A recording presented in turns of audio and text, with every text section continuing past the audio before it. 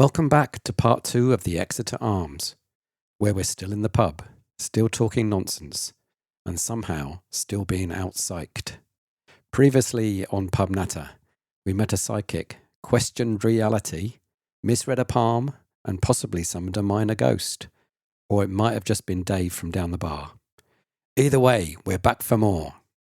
When rain stops play, it's time for some Pub Natter. I've often had the debate about whether you're a determinist or a fatalist, and I'm very much a determinist. I hate the idea that I don't have agency, that it's all mapped out, and it doesn't matter how hard I try. That was mapped out. That was mapped out. There was nothing I could have done. But do you think life generally is that way? That you're kind of born with a part to play and a script, and that's how it's going to be? Yeah, or that you can actually, take different paths and choose. There's a certain, it's called a mission, I think. There's a certain path that everyone is born with that they should take. Now, you can wander off that path, but because we all have free will, so you can wander off it and get lost. On the other hand, with a lot of people along that path, there's a huge amount of manoeuvrability. So you can choose, and yet you will always be drawn back, to the mission. Instead, the mission is something you need to learn at the end of the day. So a lot of people arrive, in their 60s or 70s, and they've matured, they've learned something, and that can be learned in many different ways, but it must be learned in this lifetime. That's the point.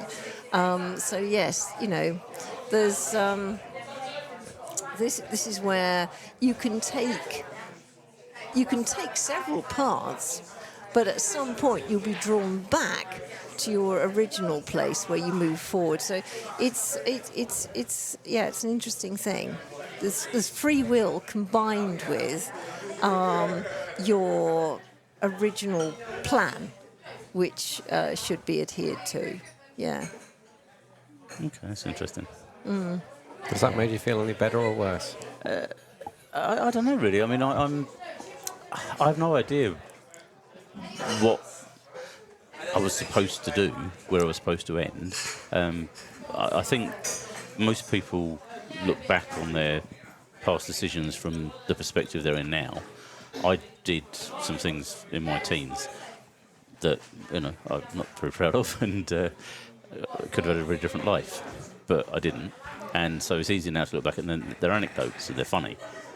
But had I not been as lucky as I was, I would be sitting in a very different place, looking back with a lot of regret. I think that applies to a lot of people when they're teenagers, though, isn't it? Absolutely. They go through a rebellious stage. I mean, we all did things as kids. We all jumped over things, or jumped in rivers, or fell off walls.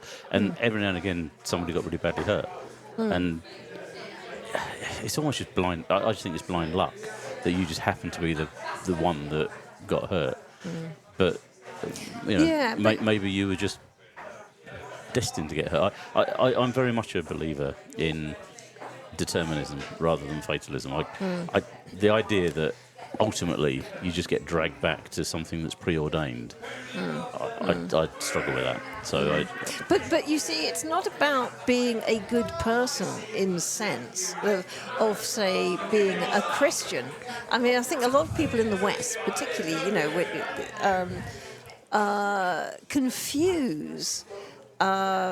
confuse your sort of, being a good person with being a spiritual person. It's not the same thing at all. You can be a terrible person but still be very spiritual and still succeed, and you can be a very good person and actually end up cocking out completely, by the time you get to death. So this is what I find is so interesting, that every single person is completely unique, and their purpose in life is unique, and the way they live their life. I mean, so many people will come to me feeling, say, a failure, or they're depressed. People come because they're depressed, or this kind of stuff, and yet they have achieved so much, on a spiritual level, because you can't really say suffering is part of maturing, but I mean, it can be sometimes. It can be part of the purpose, but it just depends. It depends on the individual situation. I mean, in my books, I mean, I mention Atlantis and Gaia and reincarnation in Gaia's Bow, which are the two books that are out at the minute. Sorry, bower is an unusual old-fashioned word. Yes. It means vessel or something like that, or Gaia's Bower, yeah, sort of nurturing place, that's that sort of, that kind of thing. All these words, they come, I'm a clairaudient, they come to me from somewhere else, I didn't make them up. They came up with that title. But I mentioned the Beatles a lot, and not because I particularly wanted to write about the Beatles at all, but because when I was writing, the words come into my head, and the Beatles just came back again and again and again. I said, no, I don't want that stuff. Cross it out, As I carry on writing, the Beatles come back in. Because they're incredibly spiritual, highly evolved souls. They did all sorts of terrible things. well, apart from Ringo. Drugs. Yeah, apart from Ringo, he was allergic, wasn't he? He was all right. But they were on drugs. They were sleeping with everyone in sight. They were doing all sorts of things. But at the end of the day, it doesn't make any difference. They were highly evolved and they achieved a phenomenal amount for the world. So it's the mission. You don't have to be a good person to be a mission. You have to be doing something which you came in to do. And what about really evil people? Yeah, that's evil people. So do you believe in the basic concepts of good and evil? Yeah. That there is, because I'll go along with you to this extent. I think that there is a broad power of good and a broad power of evil. It's not God or the devil, but I just think that there are some people that have got something in them that the rest of us don't. And so you accept those kind of concepts. Oh yeah, gosh, yes. There's a huge amount of evil in the world, and it's where people have lost the plot. I mean, but what about really evil people in history? Yeah. What's their mission? Like people like Adolf Hitler, somebody like that. Their mission was not to be evil. Their mission was to do something else. Yeah. But when you've got, for example, severe child abuse, that can completely shift the picture. Okay. So that they just go off on they go off on a completely different tangent. They have a life-altering event. Yeah, and they're takes them off mission. They're lost. They're completely off mission. That's right. It's, the word that comes through for quite often is off-piste. They're skiing and they go off. They go completely off in a different direction, and they create chaos. Yeah, and they will suffer for that and have to come back and make amends. So, but yes, evil exists. Hitler's going to have a few goes round, hasn't he? Yes, yeah. Yes, he will. That's right. Gosh, terrible. So reincarnation. What is the purpose of reincarnation then? What's the point? The point is to evolve spiritually and to learn to love. That's the simple answer, is to learn to love more and more and more. And the purer you become, the more highly evolved you go until you reach nirvana. This is the Buddhist thing, isn't it? Where you reach a point of such high evolutionary value that you don't have to come back to the earth again. You can sit up there and do whatever you want. Whether you can choose to come back, or you can stay and advise others on their evolutionary So development. are these the people that you and your colleagues speak to? So I was going to ask you, if people come back, you've obviously got this spirit guide that you mentioned. Yes. Can't remember the name, it's a short name. Thor. Oh, is that right? My spirit guide's Yeah. name. Yeah. Thor, as in Thor, the god. The god. Yeah. Yeah. That's Viking his name. god. Yeah. Yeah. Sorry. But anyway, it's not the name I saw on your website. There was somebody else, but Oh yes, there is another one. Yes. yes. Yeah. I can't remember the name, but Yeah. but they're obviously there all the time. Yes. Why they are. have they not? Why are they sitting there talking to people like you and not coming back for another go themselves? Is it because they've already reached nirvana, so they are basically they're kind of complete?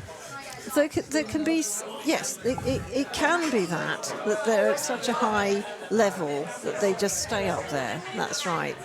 Or it can be that they're in an interregnum state where they're up there advising for a little while and then they choose to come back to Earth and reincarnate later. So they take a break from the Earth plane and help above. But the one wonderful thing I think I've discovered over the years really is that you're never alone, that you have a whole body of people in the afterworld looking after your mission, looking after you. I mean, I've heard them sort of commenting, on people before now. It's wonderful. There's a whole sort of auditorium of people who are up there looking at, you and how you're doing, and also looking at where you might go next. It's just like it's a whole group.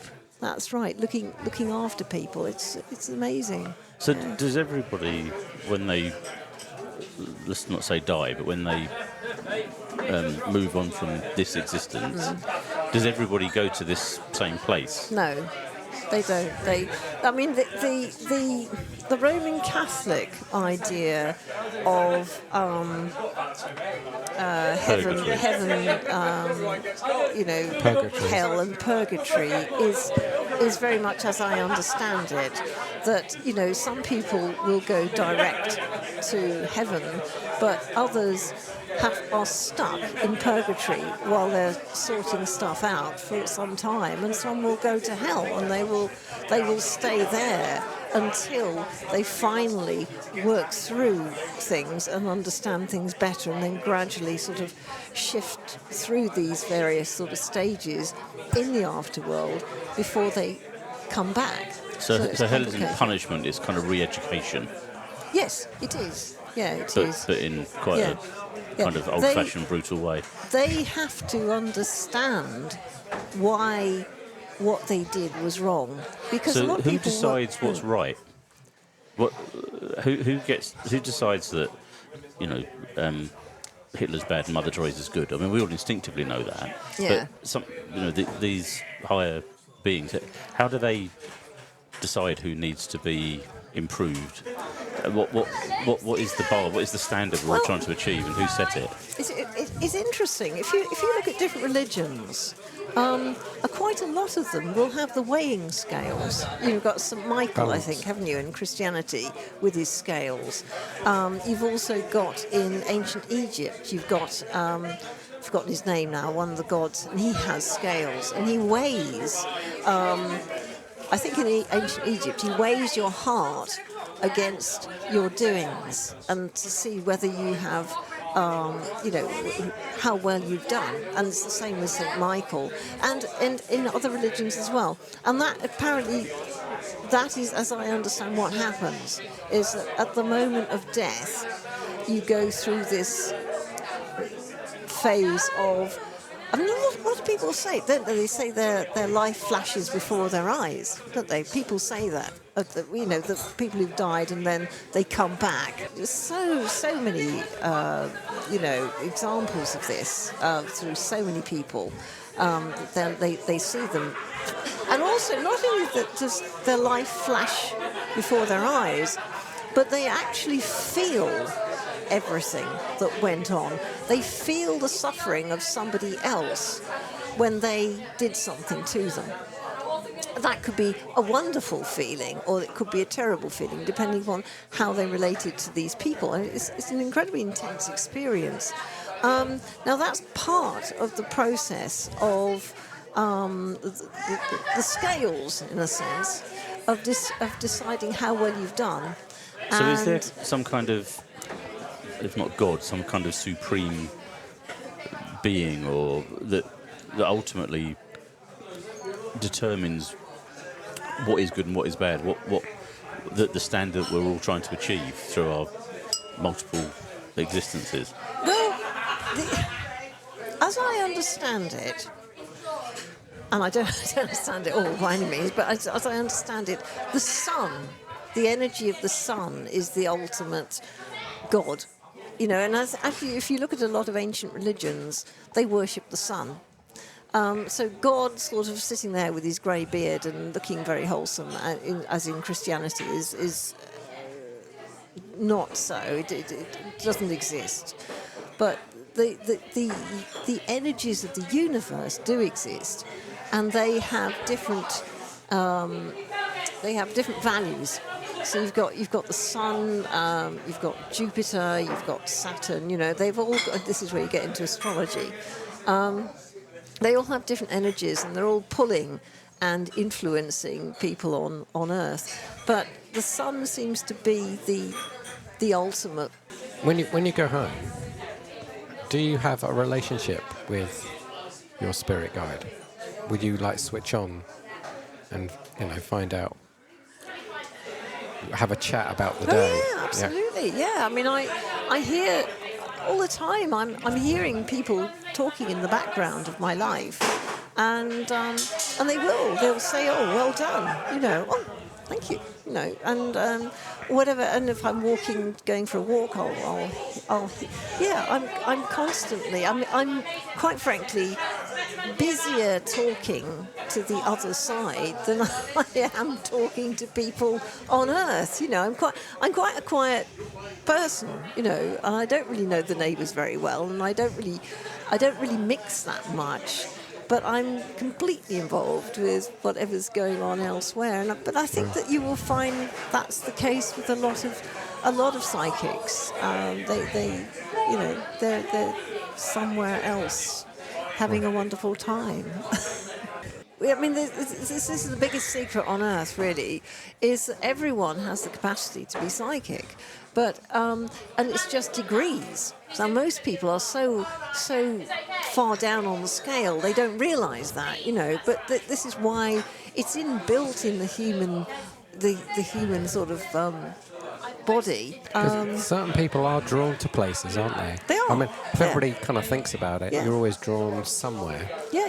Whether that be an overseas location for a holiday, you keep going back, Yeah. or you've got this feeling that you kind of belong Yeah. in a place. You think that's related to past lives. Yeah, I mean, I was reading an autobiography of some pop star a while ago, and he was saying that he said, I get withdrawal symptoms if I don't go to Rome at least once a year, right? Well, that sets up an interesting thought for me straight away.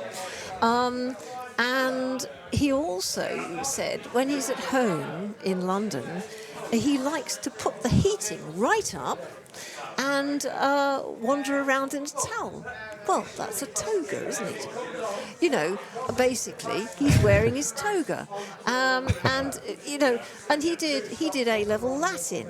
So you know, but the more I read of this autobiography, the more I could see, you know, aspects of a past life, which is patently, you know, still very much a draw for him. So, you know, it's where you put it all together.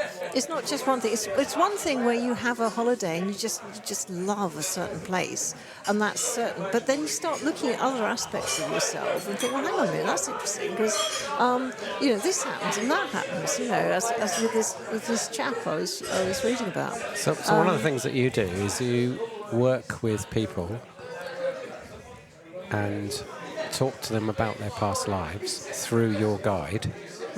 I can do, yeah. And give advice about their present life based on their past lives. Yeah, a lot of people will come along with a relationship issue, and that's the big one. You know, they've just split up from their husband, or they've got a problem with infidelity, or you know, whatever it is. And more often than not, what will come through is, yes, this is a replay of a previous lifetime where you had a relationship with the same chap, and you're learning to do whatever you're learning to do in the process. Sorry, two people have reincarnated and have have gone through the same Yeah. hoop again. They come back again and they do it again because they didn't learn the lesson that they were supposed to learn. So they come back and they do it again. And That's the most depressing thing I've ever heard. So how often do, because people say like they meet somebody. Don't tell my wife she's got to put another 35 years with me. So people do say that, don't they? That they kind of meet somebody, and you said, "Oh, I must have known you in a past life," sort of thing. Yeah, Does that happen a lot? That is love at first sight. Yeah, I mean that's what happened with me and my boyfriend I mentioned earlier when the whole thing split up and I went to Newcastle. Is that wasn't even love at first sight? That was love at first phone call. I mean, I heard his voice on the phone, and it was like, that was it. You know, that was completely it. So, and it was such an extreme reaction. But a lot of people will have that. It's called a sort of love at first sight, or whatever you like to call it. And it just goes, whoa, you know. Now I understand, is because you have known somebody before. So the moment you pick up on their energy, and that was a phone call for me. I didn't even know what he looked like. I didn't care. I was just in love with him, you know.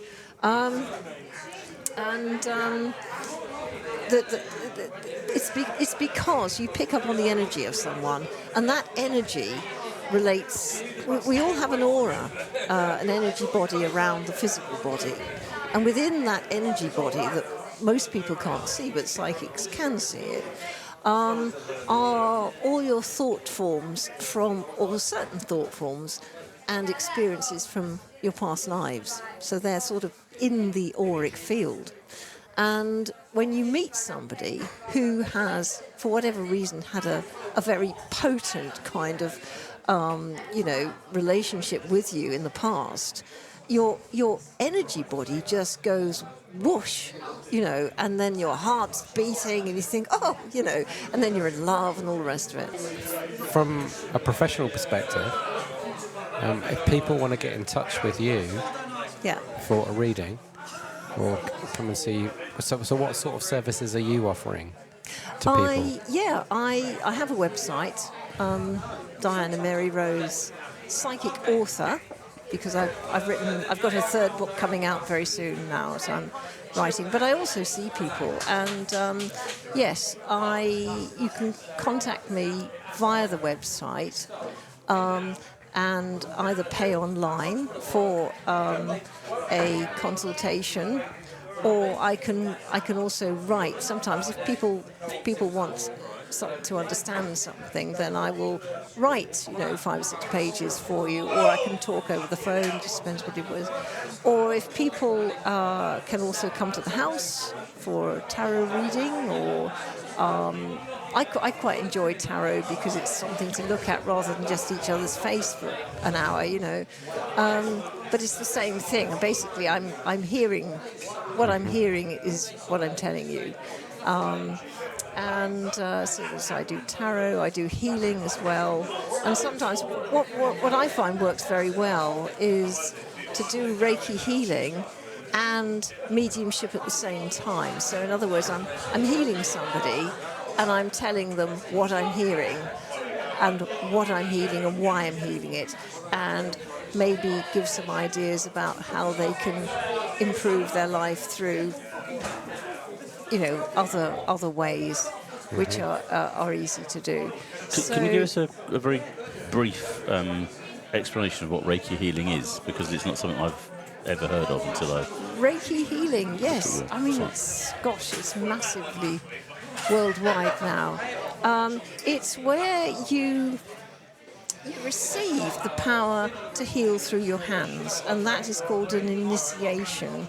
You go along to somebody called a Reiki master, and who has received the healing capacity from another Reiki master. This goes back 150 years to a Japanese professor, I think, in the mid-19th century, who had done a huge amount of meditation, and he received the gift from God. So this is like Moses all over again, or whatever you like to call it. You know, received the gift of healing, but he also received the gift to pass that gift on.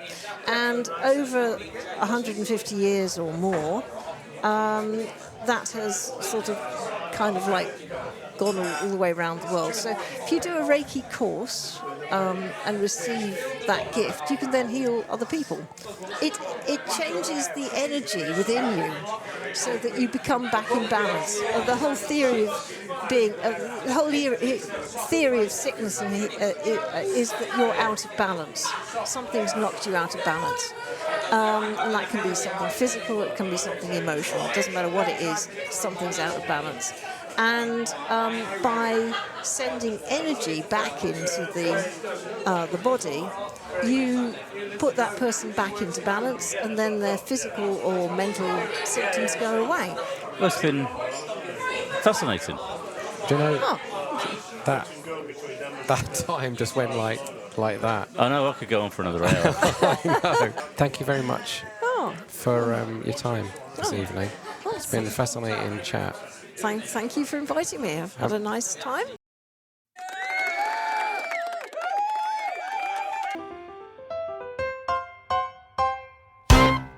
And that's a wrap. We've been pub nattered, mind read, and possibly cursed. Same time next round?